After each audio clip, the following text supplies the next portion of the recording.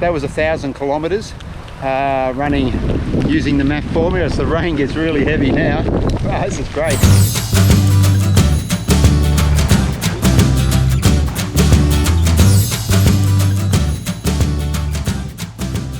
Been a lot of people watching some previous videos of my MAF tests, which I've done over the last couple of months, and also been following my journey on MAF.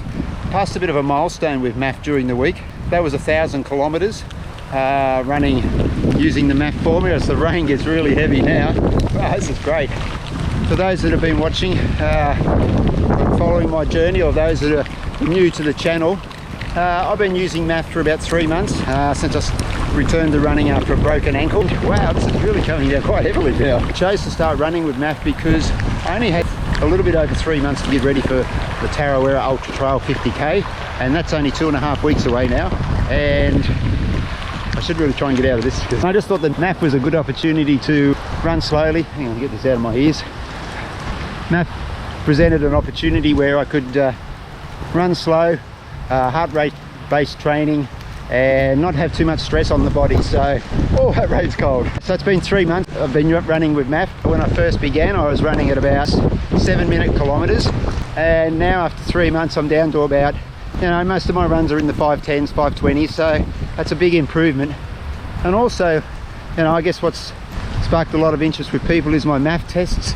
I've improved from my first MAF test at 550 a kilometre to my last MAF test, which was 5-minute kilometres, and my MAF test is over 8 kilometres, so that's a huge improvement.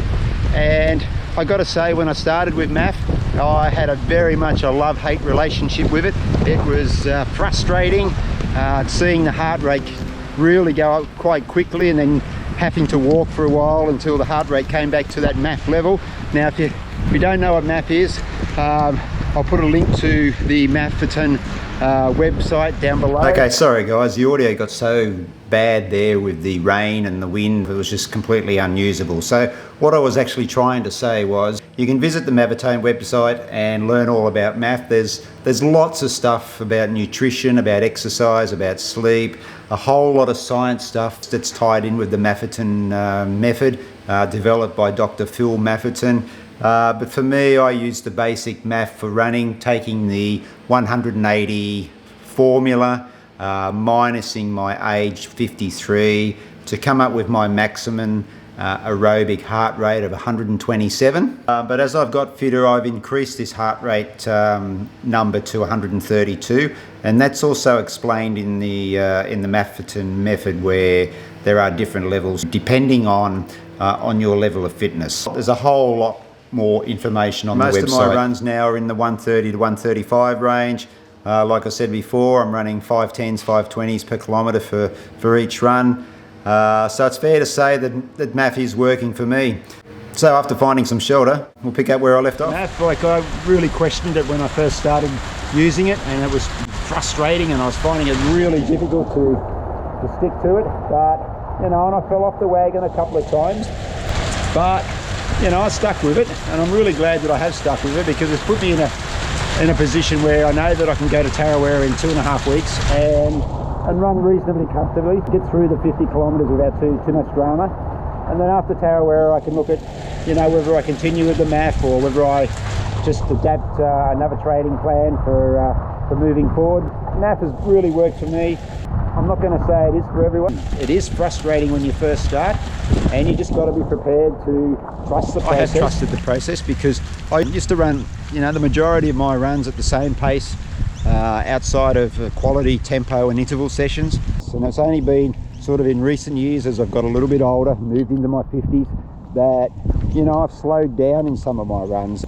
I give credit to that, to helping me to run sub 3 hours for the first time when I was 51. As I've got fitter, I've adapted the MAF method to really suit my own needs. I'm going to go and get dry now as this rain starts to ease off, and I'll see you.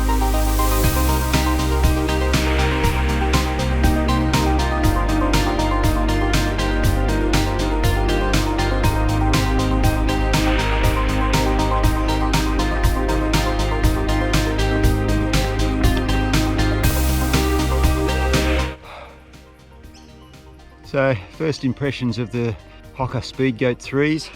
I really like them, they're really comfortable, good traction on the trails.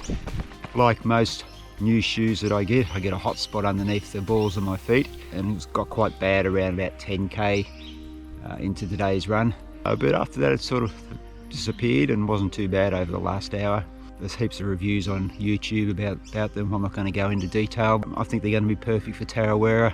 Yeah, I really enjoyed running in them, and for somebody who's just starting out in the trails or wants a nice decent shoe for the trails, I can highly recommend these ones. I think just need to get a few more K on them to break them in properly before Tarawera, but that shouldn't be a problem.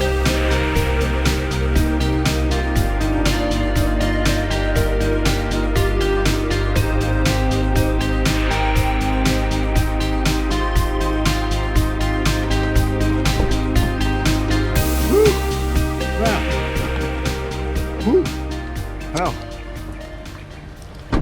I survived the storm, but about 2k from the end of my run, started the rain quite heavily. Really loved running in the rain. Would like to run more, but recovery session today.